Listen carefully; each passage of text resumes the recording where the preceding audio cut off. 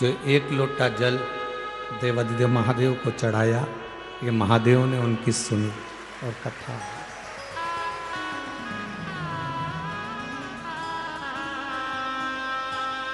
किसी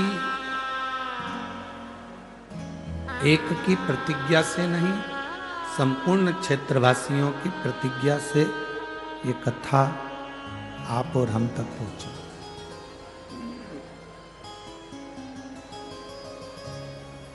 संपूर्ण क्षेत्रवासियों के प्रति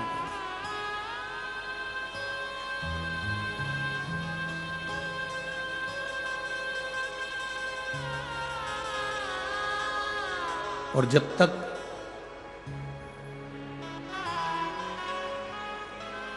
देवादिदेव महादेव की करुणा नहीं होती, कृपा नहीं होती, उसकी दया नहीं होती, एक कदम भी हम भगवान की ओर नहीं जा सकते। कई लोग कहते हैं गुरुजी कलयुग चल रहा है, घोर कलयुग चल रहा है, यहां कोई किसी का मीत नहीं।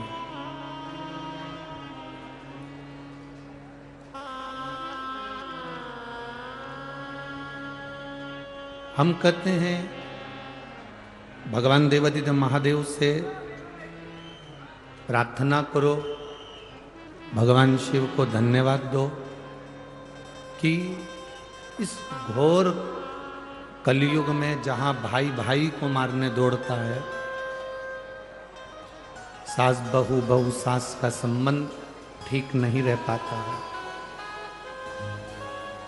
पति पत्नी भी श्रेष्ठता से नहीं रह रहे हैं, बच्चे अपने माता पिता से, माता पिता अपने बच्चों से श्रेष्ठता से नहीं रह रहा है। ऐसे घोर कलयुग में भी भगवान शंकर की कथा आप अगर ये लाखों की संख्या में श्रवण कर रहे हैं तो ये कलयुग नहीं, ये शिव युग है जिसको भगवान ने बनाया।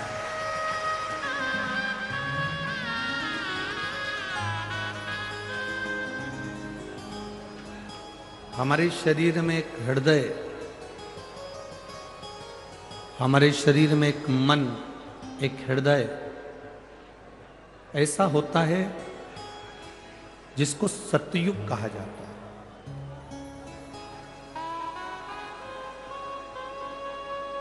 क्योंकि हम उसमें सत्य का निवास करते हैं। शिव महापुराण की कथा एक बड़ी सुंदर बात कहती है कि अगर हमें कहीं दूसरी जगह झांकने का मौका मिले तो हमें कलयुग में नहीं झांकना।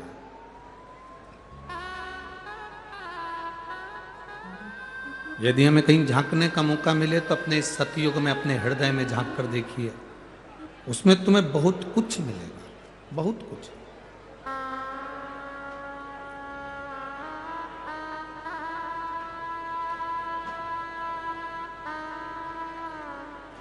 जब अपने हृदय में, अपने चित्त में, अपने मन में हम झांकेंगे, अपने हृदय में हम झांक कर देखेंगे तो उसमें हमारा अपना खुद का एक आईना नजर आए।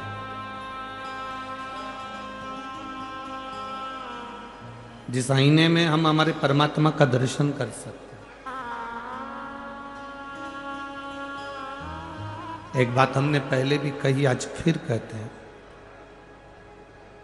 कहीं बहुत दूर तुम्हें जाने की जरूरत नहीं है भगवान को रिझाने के लिए।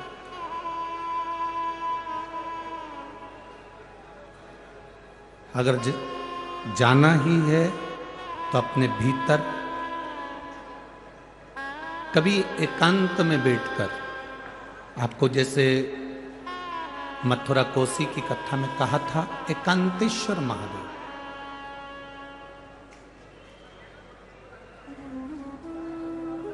कभी तुम भी एकांत में बैठकर भगवान शंकर की भक्ति धारण करो।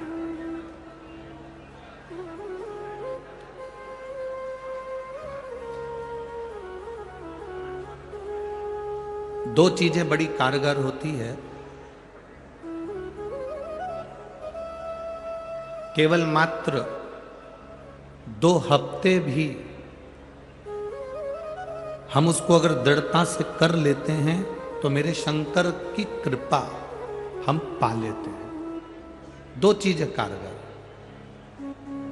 एक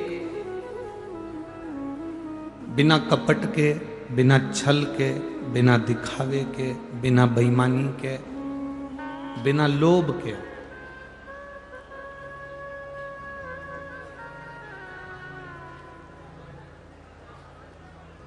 श्री शिवाय नमस्तुभ्यम मंत्र का जाप बेलपत्र के वृक्ष के नीचे बैठकर करना।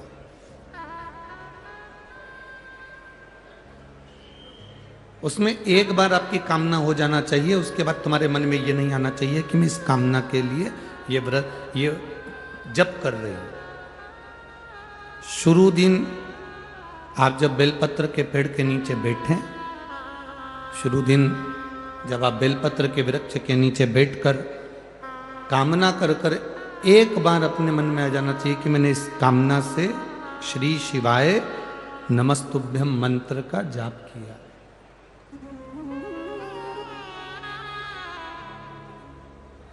और दूसरे नंबर पर है जब बेलपत्र का पेड़ कहीं सूख गया हो और किसी किसी के यहां पर बेलपत्र का वृक्ष जब सूख जाता है तो उस वृक्ष को लोग निकाल देते हैं, तोड़ देते हैं, काट देते हैं, निकाल देते हैं। अगर किसी के यहां पर बेलपत्र का पेड़ कट गया हो, सूख गया हो, सूखा हो, किसी के काम नहीं आ रहा हो, तो वहां से बेलपत्र के वृक्ष की थोड़ी सी जड़ के पास का भाग लेकर आना और उसका चंदन जैसी मुठिया बना लेना और उसको फिर घिस कर मेरे देव अधिदेव महादेव को जब जल चढ़ाने जाओ तब वो बेलपत्री का चंदन मेरे महादेव को लगा कर आओ। हरे वृक्ष को नहीं तोड़ना, जो वृक्ष सूख गया, जो वृक्ष पूर्ण तरह से साल भर हो गया, 1.5 साल हो गया, 2 साल हो गया, किसी किसी के यहाँ का पेड़ कटने वाला है, नन देवादिदेव महादेव को समर्पित किया।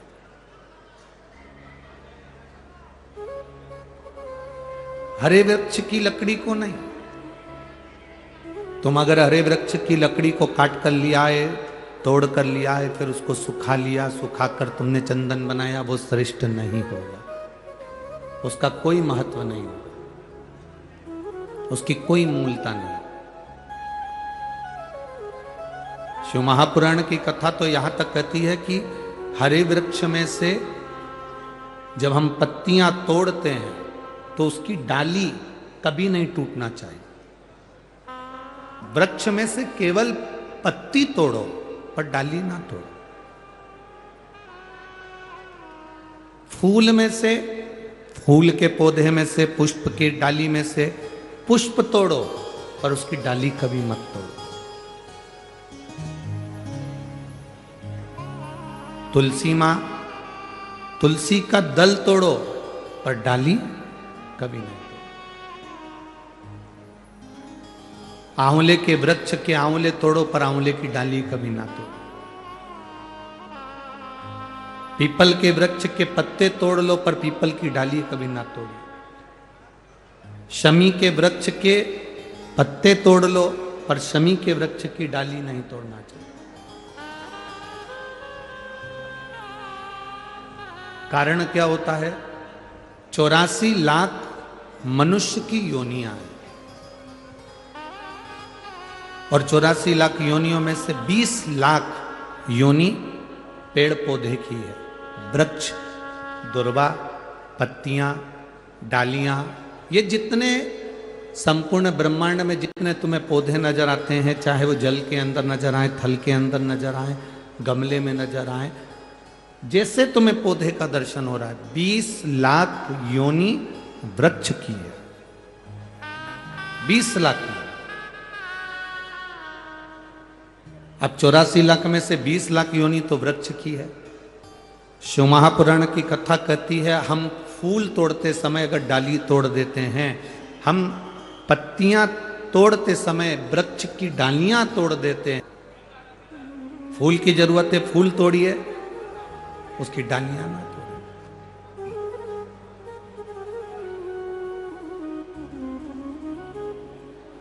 कई लोगों का ऐसा भाव होता है कि ढेर सारी डालियां तोड़ के ले आते हैं और मोहल्ले में पत्तियां बांटते हैं और सोचते हैं मैंने पुण्य कमाया। नहीं नहीं, इससे पुण्य की प्राप्ति नहीं। एक बड़ा सुंदर संवाद आता है।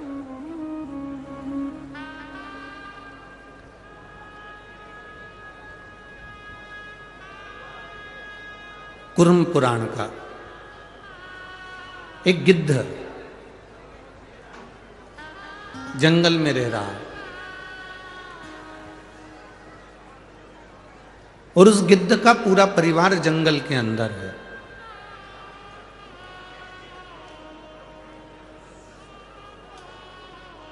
गिद्ध जंगल में है, गिद्ध का परिवार जंगल में है, वन में रह रहा है, वन विचरण कर रहा है।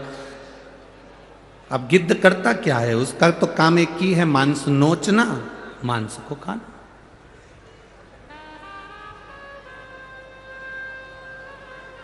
एक दिन गिद्ध जिस जगह से निकल कर जा रहा था तो वहां से 4 संत निकल कर जा रहे थे। बड़े भाव से वो चारों संत हरि गुणगान करते करते चले जा रहे थे।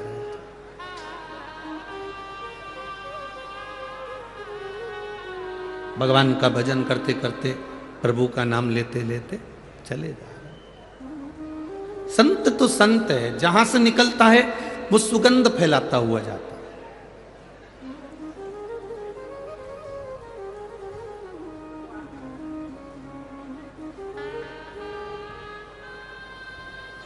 एक बेकार व्यक्ति और एक अच्छा व्यक्ति, एक अच्छे व्यक्ति का संग और एक बेकार व्यक्ति का संग।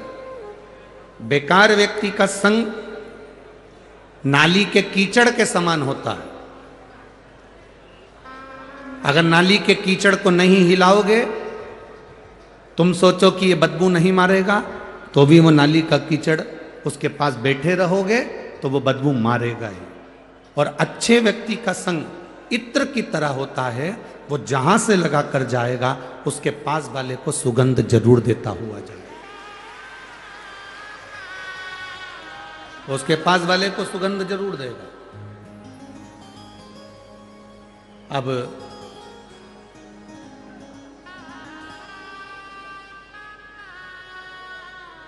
भगवान की विरल भक्ति को जैसे जैसे आप धारण करते जाते हो वैसे वैसे फल मिलते जाता।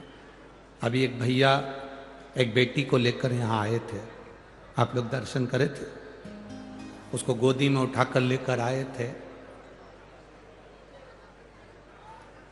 इस बेटी को कभी अगर मौका मिले तो उस भैया से पूछना, उस भाऊ से बात करना। इस बेटी को लेकर वो सीहोर भी आए थे। जिस समय इस बेटी को लेकर सीहोर आए थे तब डॉक्टर ने इसको मरने की कतार पर छोड़ दिया था और कह दिया था कि ये, डॉक्टर ने कहा था कि ये अब मरने की कतार पर है, अब ये इसमें प्राण नहीं है। कई महीनों तक इस लड़की ने भोजन नहीं किया था। कई महीनों तक इस बेटी ने अन्न का दाना इसके मुंह में नहीं गया था, पानी भी नहीं पी पाती थी। आज वो बेटी को यहाँ प्रणाम करने के लिए इसलिए लेकर आए क्योंकि वो बेटी अब पानी भी पीने लगी है और भोजन भी करने लगी है, इसलिए उसको यहाँ लेकर आए।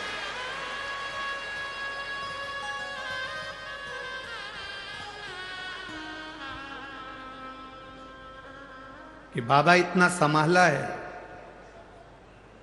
प्राण छूटते हैं जीव के पर तड़प तड़प कर ना छूटे, ये हर एक व्यक्ति के मन के भाव होते हैं। शरीर मिला है, उसका प्रयोग।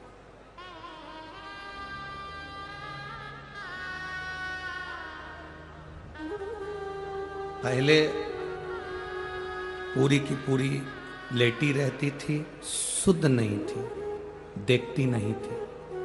अब वो कह रहे थे कि इसमें थोड़ा ज्ञान आया, अब समझने लगी है, देखने लगी है और सब उसके मन का भाव भी जानती है।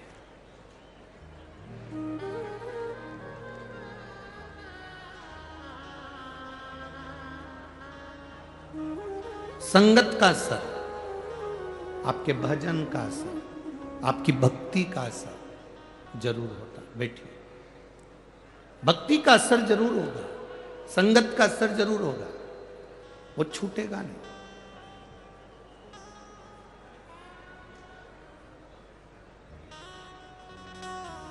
शिव कथा कह रही है कि गिद्ध ने 4 संतों को जाते हुए देखा तो वो भजन करते करते जा रहे थे, स्मरण करते करते, स्मरण करते करते। राम कृष्ण हरि जय राम कृष्ण राम कृष्ण हरि राम कृष्ण हरि राम कृष्ण हरि राम कृष्ण हरि। भजन करते करते वो जा रहे हैं, स्मरण करते करते वो जा रहे हैं। अब गिद्ध को लगा कि संत जा रहे हैं तो क्यों ना थोड़ा सा ये क्या बात करते करते जा रहे हैं, मैं जाऊं इनकी सुनते सुनते।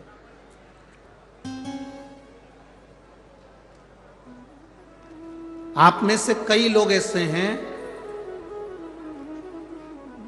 जो कभी शिव महापुराण की कथा में आज तक नहीं गए। आप में से कई लोग ऐसे हैं जो कभी शंकर को मानते नहीं थे। आप में से कई लोग ऐसे हैं जो कभी शिव के मंदिर नहीं जाते थे। आप में से कई लोग ऐसे हैं अगर पड़ोसी भी जल चढ़ाने जाता था तो हंसते थे, पर जब धीरे धीरे आप अच्छी संगति में आए और आपने शिव जी को पहचानना प्रारंभ करा, तब बाबा को जान गए। अब बाबा को आप छोड़ते नहीं हो, बाबा का भजन करते हो।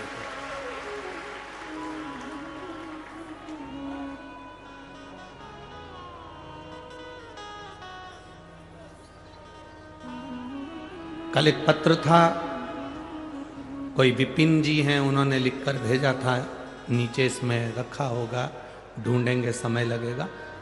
उन्होंने उस पत्र में लिखा था, गुरुजी अब की बार हम कथा सुनने के लिए आए हैं तो 10 दिन के कपड़े लाए हैं। तो हम आपसे पूछे कि कथा तो धूलिया में 5 दिन की है, फिर 10 दिन के क्यों लेके आए हो?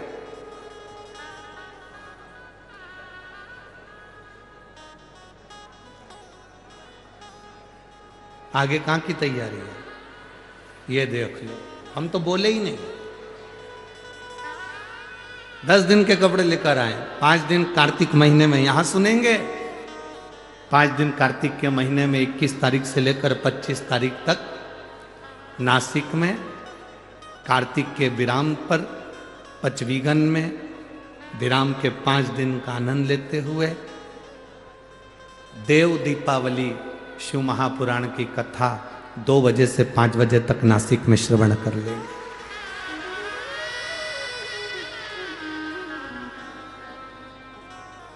एक अभिलाषा लेकर गिद्ध पीछे पीछे चल रहा। संत आपस में बात करते करते चले और संतों ने आपस में बात करते करते कह दिया कि जब कोई भगवान का भक्त, जब कोई संत, कोई भगवान का भक्त, भगवान का गुणगान करने वाला, भगवान की भक्ति में डूबने वाला, शंकर की आनंदमय लीला का धारण करने वाला, शिव चर्चा में डूबने वाला, रामकृष्ण पांडुरंगा हरि विठ्ठल का स्मरण करने वाला, दत्त प्रभु का नाम का स्मरण करने वाला, शिव के नाम का स्मरण करने वाला, राम के नाम का स्मरण करने वाला, कृष्ण के नाम का स्मरण करने वाला,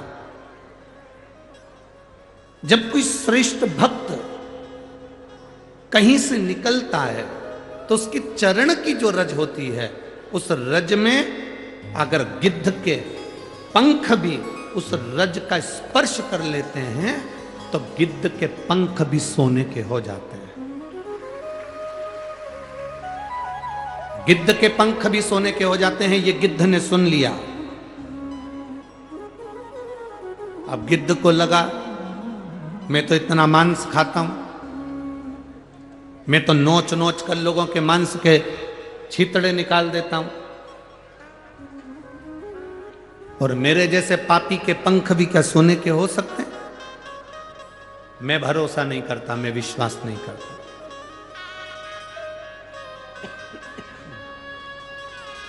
ये मेरा भरोसा नहीं है, ये मेरा विश्वास नहीं।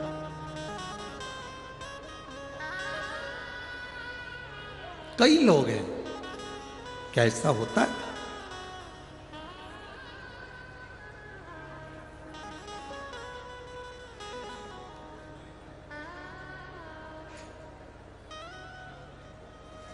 एक बात आपसे पूछें, जिसका लीवर और जिसकी किडनी, कभी डॉक्टर से पूछना, जिसका लीवर जिसकी किडनी पूरी खराब हो चुकी हो, एकदम समाप्त हो चुकी हो, या जिसका आधा दिल ही नहीं हो, आधा हृदय ही नहीं हो,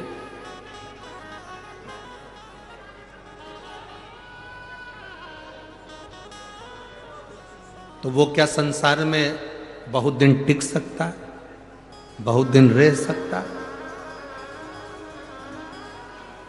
एक पत्र आया है,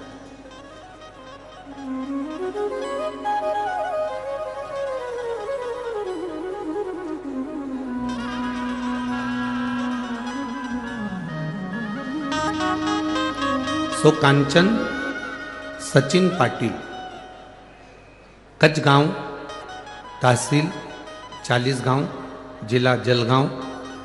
मोबाइल नंबर ये है, कहीं बैठी हो तो हाथ हिलाइएगा। अगर कहीं बैठी हो तो अपने हाथ हिलाइएगा। सो कंचन सचिन पाटिल आई है? हाँ, हाथ हिला दो ऐसा, एक बार वापिस हिला दो। ठीक, बच्ची आई है आपके साथ में? क्लोज कर कर देखिए, बच्ची है, आइए। उस बच्ची को थोड़ा सा ऊंचा कर लो। जितने लोग एलईडी पर देख रहे हैं वो एलईडी में देखेंगे, जितने लोग आस्था चैनल पर देख रहे हैं वो आस्था चैनल पर देखेंगे। अगर नज़दीक में होते तो हम आपको मंच पर बुला लेते। मेरी बेटी 11 साल की है, उसकी हिसाब से उसकी हाइट बहुत कम लग रही थी, इसलिए हम उसको जलगांव के हॉस्पिटल में लेकर गए। डॉक्टर ने उसके बहुत सारे टेस्ट करवाए, तब डॉक्टर ने बताया कि उसमें एक टेस्ट रिपोर्ट मुंबई भेजना पड़ेगी। बच्ची की रिपोर्ट मुंबई गई, मुंबई से जांच करा कर आई तो मालूम पड़ा कि इस बच्ची का लीवर पूरा डैमेज हो चुका है। किडनी पूर्ण तरह से, लीवर और किडनी बेकार हो चुकी है, जो कारगर नहीं है। मुंबई का इलाज हॉस्पिटल का प्रारंभ किया। हमें समझ में नहीं आ रहा था कि अब हम करें तो करें क्या। लेकिन मेरी बेटी ने एक बात अपने मुख से कही, मां आई तो चिंता मत कर। सियोर वाला महाराज कहता है कि शंकर है, और जब महाराज कथा कहता है ना तो वो कहता है कि कथा बाचने वाला भी शंकर है और कथा सुनने वाला भी शंकर है। जब कथा बाचने वाला शंकर है ना मां आई, अगर कथा बाचने वाला शंकर है तो उसकी बात झूठी नहीं हो सकती। मेरा लीवर, मेरी किडनी वापिस काम करेगी, तो चिंता मत कर। मां, दवाई प्रारंभ होने लगी, लीवर किडनी पूरी डैमेज थी। तब हमने डॉक्टर से कहा मुंबई के, आपसे हाथ जोड़कर निवेदन है कुछ दिन की छुट्टी दीजिए। छुट्टी लेकर आए, महादेव को जल चढ़ाया, सीहोर गए, रुद्राक्ष लाए, पानी में गलाया, शिवजी को चढ़ाया, आचमन कराया। 15 दिन के बाद हम मुंबई वापिस जांच कराने के लिए गए। तब डॉक्टर हैरान में पड़ गए कि बेटी का किडनी और लीवर दोनों काम करने लगा। अब ठीक है बाबू, हाथ हिला तो एक बार, हाँ हाथ हिला तो। श्री शिवाय नमस्तुभ्यम, बैठिए। ये शिव है, ओघ।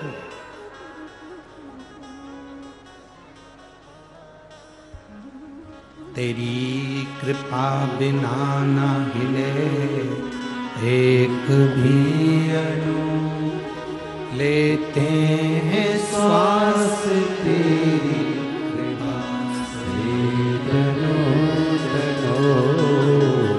बखान क्या करूं मैं आँखों के ढेर का, चपटी बहुत में खजाना कुबेर का।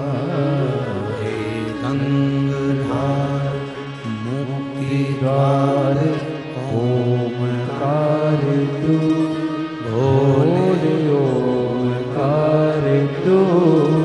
आयो शरण तिहार शंभो तार तार तो। ये शिव है। कभी अपने भरोसे को डिगने मत दो, कभी अपने भरोसे को टूटने मत दो। यदि तुम्हारा विश्वास पक्का है, तुम्हारा भरोसा दृढ़ है, तो शिव मिलता जरूर है। उसे पाने के लिए आप कहीं मत जाओ, वो आपको ढूंढता ढूंढता आपके करीब में आ जाए।